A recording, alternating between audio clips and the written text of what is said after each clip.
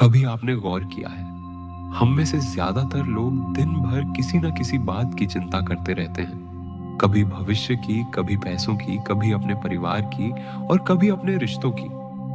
हम सोचते हैं कि ज्यादा सोचने से शायद सब कुछ ठीक हो जाएगा, लेकिन सच तो यह है, ज्यादा सोचने से नहीं, ज्यादा भरोसा करने से जीवन सुधरता है।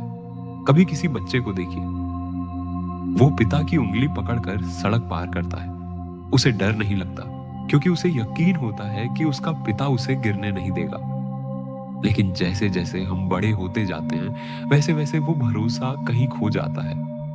हम पैसे, लोगों और परिस्थितियों पर भरोसा करने लगते हैं, और जब वही चीजें हमें धोखा देती हैं, तो हम टूट जाते हैं। पर क्या कभी सोचा है, अगर वही भरोसा हम ईश्वर पर रख लें तो?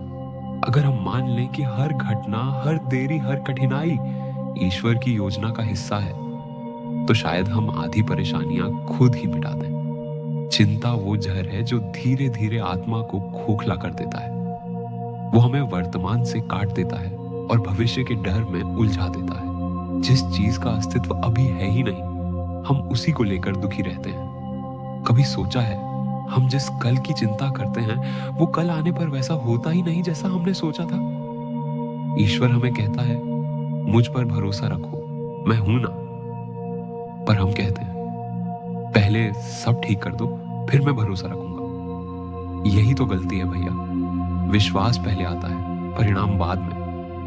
जो लोग सच्चे मन से ईश्वर पर विश्वास करते हैं, उनके चेहरे पर एक अलग सी चमक होती है। वे कठिन समय में भी मुस्कुराते हैं, क्योंकि उन्हें पता होता है सब कुछ ईश्वर की योजना का हिस्सा है। ईश्वर कोई गलती नहीं करता, वो बस हमें सिखाता है। हर चीज का एक सही समय होता है। हम अक्सर कहते हैं, मेरे साथ ही ऐसा क्यों? पर अगर हम गहराई से सोचें तो समझ आएगा, हर मुश्किल किसी न किसी सीख के लिए आई थी। जिसे हम सजा समझते हैं, वो कभी कभी वरदान होती है। ईश्वर हमेशा देता है, बस कभी परीक्षा के रूप में, कभी प्रतीक्षा के रूप में। एक किसान का उदाहरण लो भैया। वो बीज बोता है, पानी देता है, पर फसल अगले ही दिन नहीं उगती। वो इंतजार करता है, भरोसा रखता है, क्योंकि उसे पता है धरती काम कर रही है, बस नजर नहीं आ रहा। वैसे ही जीवन में जब कुछ नहीं हो रहा लगता है, तब भी ईश्वर चुपचाप काम कर रहा होता है। कभी कभी ईश्वर देरी नहीं करता, वो बस आपको तैयार कर रहा होता है। क्योंकि अगर आपको सही चीज गलत समय पर मिल जाए, तो वो आशीर्वाद नहीं, विनाश बन जाती है। इसीलिए वह तब तक इंतजार करता है, जब तक आप सीख न लें कि नियंत्रण आपका नहीं, उसका है। अब सवाल यह नहीं कि ईश्वर क्यों नहीं सुनता, सवाल यह है कि क्या हमने सच में भरोसा किया? क्योंकि विश्वास और चिंता एक साथ नहीं रह सकते। जहां विश्वास है, वहां चिंता की जगह नहीं। जहां चिंता है, वहां ईश्वर की आवाज।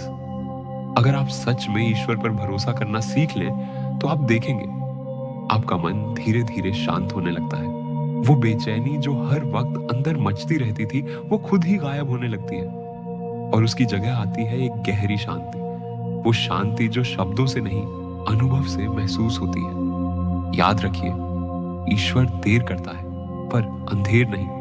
वो सिर्फ इंतजार करता है कि आप समर्पण करना सीखें। जब आप कह देते हैं, हे प्रभु, अब मैं सब छोड़ता हूं, जो होगा तेरी मर्जी से होगा, तभी से जीवन बदलना शुरू हो जाता है। हर समस्या का हल एक शब्द में छिपा है, समर्पण। क्योंकि जहां समर्पण है, वहीं विश्वास है, और जहां विश्वास है, वहां चिंता की कोई जगह नहीं।